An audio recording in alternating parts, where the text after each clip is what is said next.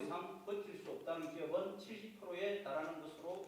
저는 코로나19로 인한 중소기업들의 피해 상황을 점검하고 현장에서 어떤 지원책을 필요로 하는지 파악하기 위해서 지난 19일부터 부산을 시작으로 어제까지 전국을 순회하면서 7번의 간담회를 가졌습니다. 지방마다 피해 상황이나 현장 분위기는 차이가 있었습니다만 부산 경남은 좀 더 심각하고 광주 전남은 약간의 활기도 있었습니다. 아마도 코로나 확진이 굉장히 적기 때문에 그런 부분들인 것 같고, 관광 의존도가 높은 강원도는 주말에 관광객들로 고속도로는 밀리는데 숙식을 차 안에서 해결하는 경우가 많아서 지역 경제가 너무 어렵다며 코로나19가 수그러들면 숙박 50% 할인 등 적극적인 지역 경제 살리기를 펼치겠다고 최문순 지사가 얘기를 했습니다. 수도권은 중소기업의 절반 이상이 소재하고 있는 만큼 많은 중소기업들이 다양하고 광범위한 애로를 호소하였습니다. 지역 신용보증재단의 보증료율이 최대 2%로 너무 높다는 지적이 있었습니다. 광주 소재 한 가구업체는 은행 대출이자 4.78%에 보증료 1.7%로 6.48%를 부담한다고 밝혔습니다. 또한 매출 급감으로 추가 대출을 위해 창구를 방문하니 보증서나 추가 담보를 요구해 되돌아왔다는 이야기도 있었습니다. 대출 한도와 상관없이 특례 보증이나 기계와 부동산 담보 인정 비율을 확대하여 신속하게 추가 대출이 가능하도록 해달라는 의견입니다. 어제 중소기업과 소상공인에 대한 고용유지지원금 지원을 90%까지 확대한 것은 매우 시의적절합니다.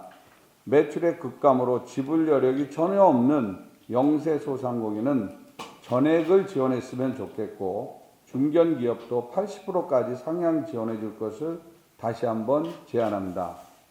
또한 고용유지지원금 한도가 하루 6만 6천 원, 월 198만 원인데 급여 수준이 높은 장기 근로자는 기업 부담이 매우 큽니다.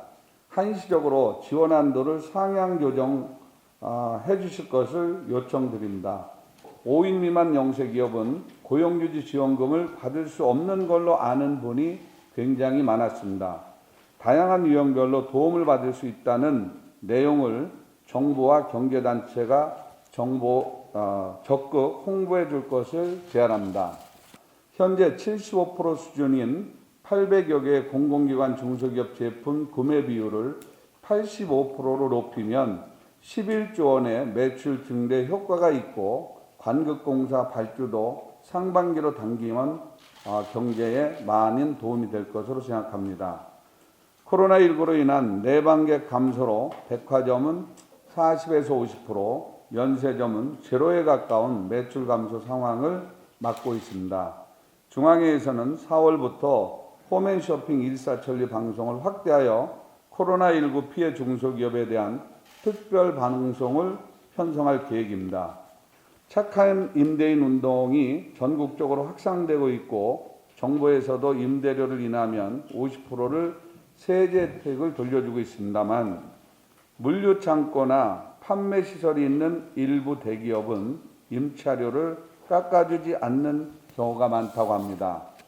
고통을 나누고 더 어려운 이들을 응원할 수 있도록 대기업들이 적극적인 동참을 부탁드립니다.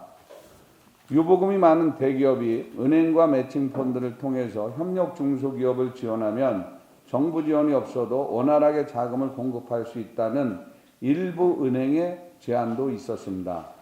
협력 중소기업과의 상생 차원에서 유보금이 많은 대기업들의 적극적인 참여도 제안합니다. 어려운 여건에도 중앙회가 삼성과 추진하는 스마트 공장 구축 사업 신청은 여전히 폭주하고 있습니다. 앞으로도 일부 대기업과 스마트워크 지원 사업도 추진하여 중소기업이 생산성을 높이고 일의 효율도 높일 수 있는 투트랙 기업 활동을 지원하겠습니다.